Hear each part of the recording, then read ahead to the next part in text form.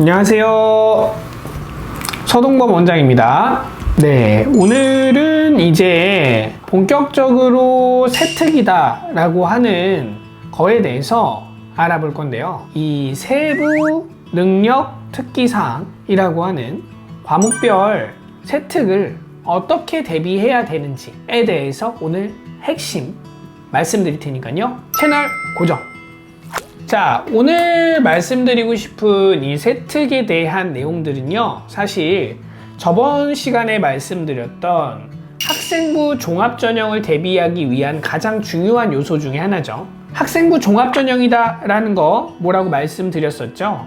그쵸? 학교에서 전공적합성이다 라고 하는 것을 주로 볼 수 있는 학생들, 자, 이 학생들을 선발하기 위해서 만든 전형이라고 말씀을 드렸고요. 자, 근데 예전에는 다양한 그 평가 수단들이 있었으나 이런 것들이 다 사라졌죠. 자, 올해까지만 진행되고 있는 자소서, 그 다음에 교내 수상, 옛날에는 교회 수상도 됐어요. 그리고 뭐 여러 가지 실적들, 봉사활동, 그리고 독서, 얼마나 책을 읽었는지를 작성하는 것들도 다 있었죠. 자, 이런 것들이 다 사라져 버렸습니다. 즉, 내년부터는요, 정말로 학생부다라는 거에 몇 개가 남아있지 않아요. 그 중에서 가장 중요하게 신경 써야 되는 것이 뭐냐면 세특입니다. 자, 이 세특이다라고 하는 것은 어떻게 보면은 과목에 들어갈 수 있는 각각의 영역의 선생님들이 이 학생이 이 과목에 대해서 어떠한 수행도를 보였다라는 것을 학기별 단위로 쓰게 되는 건데요. 자, 이 세특이 그럼 왜 중요하느냐? 원래 있었던 독서, 그 다음 교내 수상, 그리고 여러 가지 다양한 봉사라든지 아니면 활동들, 이런 것들이 다 합쳐져서 지금은 세특이라는 거에 하나로 얘가 모아졌다라고 생각해 주시면 돼요. 즉, 전공적합성이다라는 것을 볼 수 있는 마지막 수단으로 요 세특이 하나가 남은 거죠. 그러니까 요 세특에 대한 중요도가 얼마나 큰지 아시겠죠? 자, 그럼 요 세특을 어떻게 관리를 해 주어야 하는가? 이 부분에 대해서 말씀을 드리려고 하는데요. 자, 이 하나 남은 세특을 확인하기 위해서는 뭐가 필요한 거냐면 이 학생에 대한 전공, 그리고 진로, 그리고 앞으로의 직업, 즉 진로 방향성이 굉장히 중요합니다. 예를 들어 갖고 내가 역사 교육학자가 되고 싶어요. 혹은 내가 컴퓨터, IT, 빅데이터 전문가가 되고 싶어요. 아니면 나는 약대에 들어가서 신약을 개발해서 불치병에 걸린 사람들을 치료하는 약사가 되고 싶어요. 이렇게 세 가지를 말씀을 드렸을 때 사실 가장 좋은 건 뭘까요?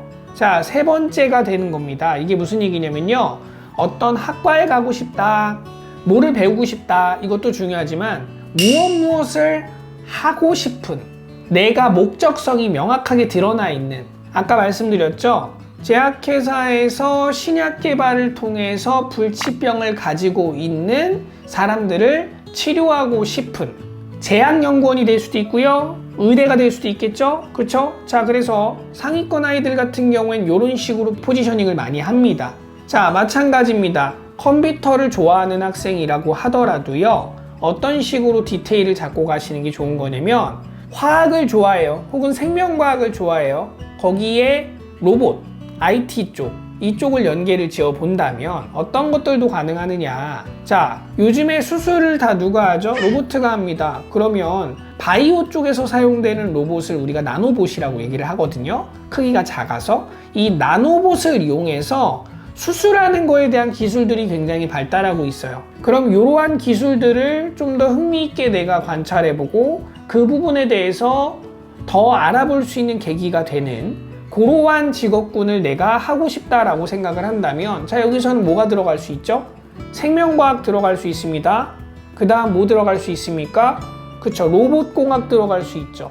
그 다음 컴퓨터공학도 들어갈 수 있습니다. 어차피 프로그래밍 해야 되는 거니까요. 자, 즉 컴퓨터가 좋아서 컴퓨터학부 들어가요. 게임 프로그래밍으로 인해서 내가 컴퓨터공학과 들어갑니다. 이런 거는 옛날에서야 먹히는 거였지 지금은 전혀 하면 안 되는 것들 중에 하나입니다. 즉 지금 가장 핵심은 뭐다? 융합입니다. 그리고 내가 가고 싶은 그 학과 그리고 내가 가고 싶은 그 계열에 대해서 조금 더 디테일하게 들어가야 된다는 얘기예요. 이 디테일함이 살아있을수록 훨씬 더 유리한 지점을 잡을 수 있습니다. 자, 하나만 더 예시를 들어볼까요? 예를 들어서 간호학과나 사실 뭐 체육학과 같은 데는 사실 이제 아이들이 가고자 했을 때 그 목표 자체가 워낙 명확하기 때문에 이 명확한 목표에 대해서 사실은 그냥 엄마가 간호사를 해서요, 혹은 가족 중에 누가 있어서요, 이런 식으로 얘기하기가 굉장히 쉽잖아요. 근데 이런 것들도 조금 더 내가 구체화를 시켜가지고 어떤 간호사가 되고 싶다라는 것들을 더 찾아보는 겁니다. 어딜 통해서요? 인터넷을 통해서요. 그리고 뭐 영상을 볼 수도 있겠고, 요즘에 누가 책을 봅니까? 책 굳이 보지 않고도 다 찾아볼 수 있는 게 얼마나 많은데요. 여러분들도 요걸 통해서 유튜브 보고 계시잖아요. 그래서 간호사가 되고 싶다라고 했을 때도 그럼 어떠한 간호사가 되고 싶은지에 대한 구체적인 방향을 잡아주시는 게 좋습니다. 내가 정말 봉사를 하는 것들을 통해서 남들을 도와주는 나이팅게일 같은 간호사가 되고 싶다. 사실 이것도 너무 루틴하긴 한데 어쨌든 하나의 예시로서 내가 봉사를 하기 위해서 간호사가 되고 싶다 라고 하는 구체적인 목표가 돼도 되고요. 아니면 간호사를 통해서 내가 하고 싶은 비전, 방향, 나중에 실버타운이다 라는 거에서 내가 노인들의 복지가 잘 돼 있는 그러한 기업체를 만들어서 거기에서 내가 간호대에서 배운 지식들을 바탕으로 사업을 진행하고 싶다, 이렇게 해도 될 수 있는 거죠. 앞으로 이제 노령화 지수가 높아지고 있잖아요. 아마 할아버지 할머니들의 비율이 엄청나게 늘어나게 될 텐데, 자, 그러한 비전을 통해 갖고 간호사가 되실 수도 있겠고요. 너무 세속적이라고 생각하는데 전혀 그렇지 않습니다. 그런 거 전혀 중요하지 않아요. 어쨌든 중요한 건 뭐냐면 명확한 목표와 방향성이 있어야 되는 거지, 딱 뭐뭐 학과, 어디 뭐뭐 직업, 이게 중요한 건 아니란 얘기입니다. 자, 이렇게 잡아가는 게 우선 첫 번째라고 말씀드리면요. 자, 두 번째는 뭐냐면 이제 이렇게 잡아간 내가 관심 있는 그 방향성에 대한 과목이나 학과에 관련돼 있는 과목들은 연결하기가 너무 좋죠. 연결하기가 너무 좋습니다. 그렇죠?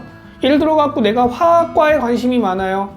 내가 화학공학과에 관심이 많아요. 그래서 화학에 대해서 내가 그 분야에 대해서 관심이 있는 것들이 많기 때문에 화학 쪽에 대해서 조금 더 내가 공부를 해서 뭐 오비탈이라고 하는 것을 더 공부를 해서 이 부분을 연결을 시켜서 내가 교과 내용하고 연결했을 때 이 부분이 더 관심이 있다라고 해서 이 부분을 더 공부해서 더 추가적인 탐구 내용들을 연결시켜서 발표를 했습니다. 자, 그럼 이게 세특 내용으로 바로 들어갈 수 있겠죠? 자, 근데 이제 문제는 뭐냐면요. 수학입니다. 수학이면 어떻게 될까요? 자, 수학이라고 하면은 수학에 대해서 잘한 것만 적으면 되느냐? 아니죠.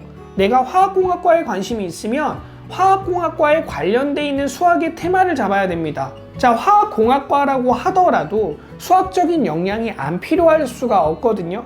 예를 들어 갖고 화학식량이라든가 몰, 그리고 그 여러 가지 화학적으로 표현되는 내용들 자체가 물리하고도 굉장히 관련이 많습니다. 물리화학이라고 얘기를 하죠. 자, 이런 내용들의 기반이 뭐냐면 결국 수학이거든요. 그럼 수학 안에서도 이러한 화학 쪽에 대한 내용하고 연계할 수 있는 부분들이 분명히 있습니다. 이 연결고리를 잡는 게 세특의 핵심이에요. 물론 너무 떨어져 있는 과목들, 예를 들어 갖고 뭐 제2외국어인데 거기에서 화학 쪽을 잡거나, 아니면 영어 쪽인데 화학 쪽을 잡거나. 근데 영어 쪽은 또 화학 쪽이랑 잡을 수 있는 게 영어 지문 내에서 화학 쪽하고 연계되어 있는 지문들이 있을 수 있잖아요. 연결하기 생각보다 어렵진 않습니다. 이런 식으로 해서 내가 워낙 명확하게 방향성을 잡았습니다. 그럼 그 방향성 잡은 것들을 기반으로 해서 내가 듣고 있는 과목들, 수학, 영어, 국어, 사회, 과학, 메인 과목들이 위주가 되는 게 좋아요. 요 과목들에 있는 세특 내용을 내가 관심 있는 분야의 것으로 세팅하는 작업들, 이게 바로 학생부 종합전형의 가장 큰 핵심입니다. 자, 언제 진행할까요? 보통 1학기 중간고사, 1학기 기말고사, 2학기 중간고사, 2학기 기말고사, 한 학기에 크게 2번 정도씩을 선생님이 수정을 하시거든요. 요 기간에 맞춰서 내가 탐구 보고서를 제출을 하던, 아니면 선생님이 발표 과제를 줬을 때 수행 과제로서 그 테마를 준비를 하던, 어떤 식으로든 내가 가고 싶어하는 학과의 그 내용에 대한 전공 적합성이 들어갈 수 있는 연결고리를 만들어주는 세특을 만들어서 그 부분을 어필을 해주셔야 된다는 얘기죠. 이거는요, 아무도 안 해줍니다. 직접 하셔야 돼요. 그리고 아이들도 미리 준비를 해야 됩니다. 자, 이러한 준비들을 저희 학원에서는 해드리고 있고요. 그리고 그것들을 통해서 아이들이 학생부 종합전형을 대비할 수 있게끔 철저하게 데이터로 관리하면서 예시를 통해서 주제를 주고 그 주제 준 거 바탕으로 저랑 소통해서 그 주제를 완성하는 작업까지를 진행하고 있습니다. 자, 그렇게 1년, 2년, 3년이 돼서 아이들이 학생부 종합전형이 완성이 되면요, 처음에 말씀드린 대로 학교에 대해서 굉장히 큰 이득이 발생을 해요. 현역들이 가장 대학교를 잘 갈 수 있는 방법이 뭐라 그랬죠? 그쵸? 학생부 교과는 학생부 종합전형입니다. 하지만 아시다시피 대부분의 학생들이 내신이 다 좋을 순 없잖아요. 그렇기 때문에 미리부터 학생부 종합전형을 대비를 해 주셔야 됩니다. 자, 스스로 대비하시기가 힘드시면 도움을 받으시란 얘기고요. 자, 사실은 어렵게 내가 만들어서 그거에 대한 정보들을 모아서 그래서 그것들을 가지고 내 것들을 만들어가는 사람들도 있겠지만 가장 중요한 거는요, 정해진 시간 안에 최대한 효율성 있게끔 가는 게 중요하잖아요. 자, 그런 측면에서 가장 효율적으로 어떻게 아이들에게 중요한 세특이다라는 것을 완성을 시켜줄 수 있는지, 자, 이런 부분에 대한 것들의 디테일을 저희가 챙겨드리고 있습니다. 자, 그래서 다음 시간에는요, 조금 더 구체적인 사례를 통해서 어떻게 아이들이 자, 이러한 데이터들을 완성을 시킬 수 있고 그게 이런 식으로 이제 세특으로서 이제 기록이 될 수 있는지, 그리고 뭐가 이제 중요한 세특인지, 어떤 게 잘 쓴 세특이고 어느 정도의 세특을 만들어야지 좋은 대학교에 들어갈 수 있는 건지, 이런 거에 대한 내용들을 조금 더 디테일하게 알아보겠습니다. 자, 오늘도 유익하셨나요? 자, 오늘의 가장 중요한 핵심은 세특. 이 세특이다라는 것을 준비하자. 자, 두 가지였죠. 첫 번째, 정확한 진로 방향성을 정해라. 두 번째, 이 진로 방향성에 관계되어 있는 연결고리를 주요 과목, 국영수, 과사에서 찾아서 연결해주는 작업을 해줘라. 자, 요 두 가지 포인트 잊지 마시고요. 자, 다음 시간에는 조금 더 자세하게 세특을 어떻게 작성하고 그것들이 어떤 식으로 프로세스가 만들어지는지에 대한 내용들을 알아보도록 하겠습니다.